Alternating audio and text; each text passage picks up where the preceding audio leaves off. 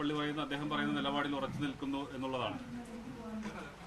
അല്ല, സർക്കാരാണ് മറുപടി പറയേണ്ടത് ഈ വിഷയത്തിലൊക്കെ. കാരണം എന്താണെന്ന് വെച്ച് കഴിഞ്ഞാൽ പച്ചക്ക് എന്ത് കമ്മ്യൂണൽ വർഗീയതയും പറയാൻ ഈ സംസ്ഥാനത്ത് പറ്റുമോ എന്നുള്ളതാണ് പ്രശ്നം. ഏത് സമുദായ വക്താവ് പറഞ്ഞാലും, മുസ്ലിമാവട്ടെ, ക്രിസ്ത്യാനിയാവട്ടെ, ഹിന്ദു ആവട്ടെ, ആരാവട്ടെ, ഇനി അതിൽ തന്നെ ജാതീയമായി വേർതിരിഞ്ഞാവട്ടെ, ഇങ്ങനെ പച്ചക്ക് വർഗീയത പറഞ്ഞാൽ അത് സമൂഹത്തിൻ്റെ ഇടയിൽ സ്പർദ്ധ ഉണ്ടാക്കുകയും, ഇതാണ് യഥാർത്ഥത്തിൽ ആഹ്വാനം. അപ്പോൾ അത്ര വിഭാഗീയത സൃഷ്ടിക്കുന്ന ആഹ്വാനങ്ങൾ നടത്താവോ, പച്ചക്ക് വർഗീയത പറയാവോ? അത് തീരുമാനിക്കേണ്ടത് ഗവൺമെൻറ്റാണ്. ആർക്കും പറയാം. ഇതിപ്പോൾ ഇതിന് നികുതി വല്ലതുണ്ടോ? ഇന്ന് ഒരാൾ പറയുന്നു, നാളെ വേറെ ആൾ പറയില്ലേ? ഇങ്ങനെ പറയാൻ തുടങ്ങിയത് എവിടെ എത്തും? ഭരിക്കുന്ന ഒരു ഗവൺമെൻറ്റാണ് ഈ കാര്യത്തിന് മറുപടി പറയേണ്ടത്. അവർക്ക് ഉത്തരവാദിത്തമുണ്ട്.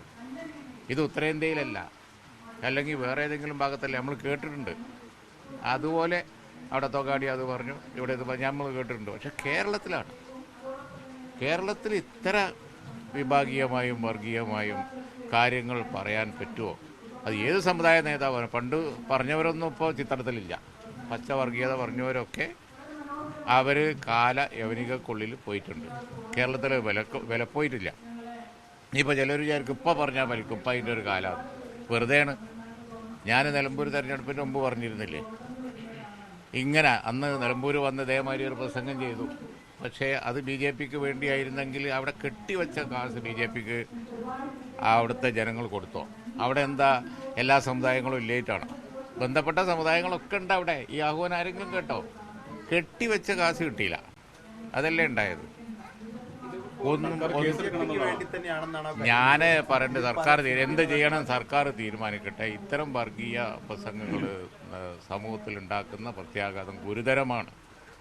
വളരെ ഗൗരവമുള്ള വിഷയമാണ്. ഇത്ര പച്ചക്ക് വർഗീയത ഏത് സമുദായ വക്താവ് പറഞ്ഞാലും അത് ഗൗരവമുള്ള വിഷയമാണ്. അത് പാടില്ലാത്തതാണ്. അത് സർക്കാർ ഇതിന് മറുപടി പറയേണ്ടത് ഗവൺമെന്റാണ്.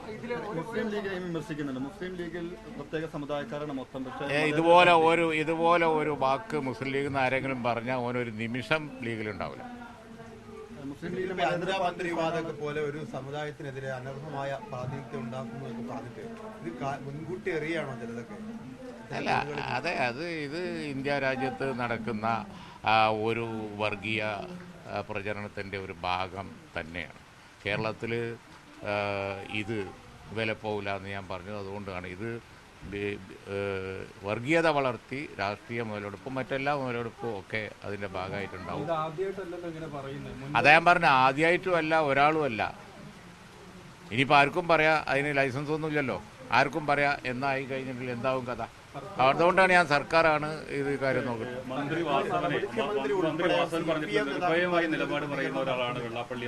അതേത് കോൺടെസ്റ്റിലാന്നുള്ളത് നോക്കിയിട്ട് പറയാം.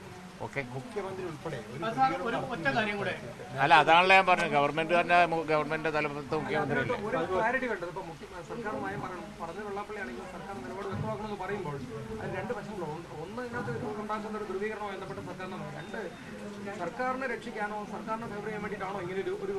അതിപ്പോ എനിക്ക് പറയാൻ പറ്റുമോ? ഇത് ഈ സംസ്ഥാനത്തുള്ള രാഷ്ട്രീയ പാർട്ടികൾ ഇതിനെങ്ങനെ നോക്കി നടത്തുന്നു? CPM ഇത് വോട്ട് നഷ്ടപ്പെടും എന്ന പേടിയാണോ?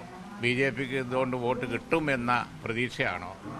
ഇതൊക്കെ ഇന്ന് മുതൽ ചർച്ച ചെയ്യപ്പെടും. കേരളത്തിൽ ചർച്ച ചെയ്യപ്പെടും. പക്ഷെ എന്തിൻ്റെ പേരിലായാലും കേരളത്തിൽ ഇത്തരം പ്രസംഗങ്ങൾ ആര് നടത്തിയാലും അത് സമൂഹത്തെ വല്ലാതെ ബാധിക്കും. വളരെ ഗൗരവമുള്ള പ്രശ്നമാണ്. ഇതിന് മറുപടി പറയേണ്ടത് ഗവൺമെൻറ്റാണ്.